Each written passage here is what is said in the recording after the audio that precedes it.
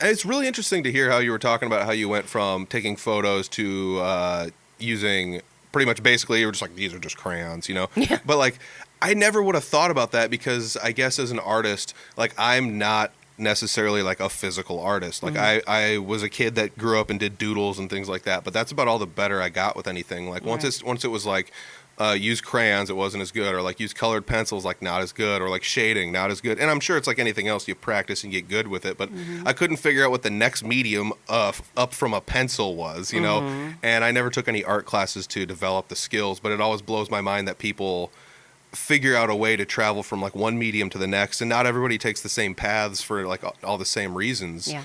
So like, I mean, like you said, these are basically crayons and everyone's used crayons. So like, that's the obvious next step that like should have been there. But like, what made you think like paint was the next one? I mean, it's like, paint seems like the obvious one that everyone would just want to choose. Just pick up a paintbrush and just paint, you know, but I couldn't really tell you. I was drawing, and I like oil pastels because you can blend them, and but I do actually know now because they never really dry. Anything with oil takes forever to dry, and it's still like oil pastels are still going to be movable.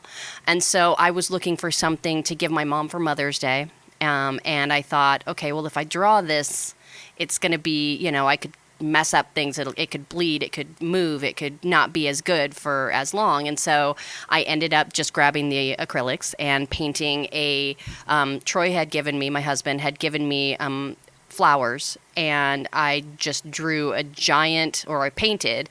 Actually, I may have started with oil pastels and then painted on top, which is interesting. You're not supposed to do that. But anyway, so I just was like, I wanted something for my mom's wall. And so I got the acrylics and made a rendition of the flower and of the bouquet of flowers. And that's kind of it. I don't really I just kind of careen into art. I have no training. I never took an art class. I don't know the right way to do things. And I'd had this conversation with this art supply store owner in Maidenframe Studios in Des Moines. The block, DSM is what the art supply store is called. And I was having this long conversation with him. He was dropping all kinds of knowledge on me about this that I was about to open. And he said, you know, sometimes it's good to not know the right way.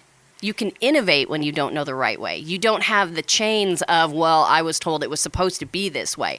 I don't know how it's supposed to be. Yep. And so I think there's freedom in that. You don't have to know. You know, and that's that's why my whole tagline here is art is for everyone, because I don't think you have to have had formal training or had an art class. You can just careen into things, and in a way, it's even more freeing, and it becomes kind of therapeutic. And I want that for everyone because it's really, really helped me. You know.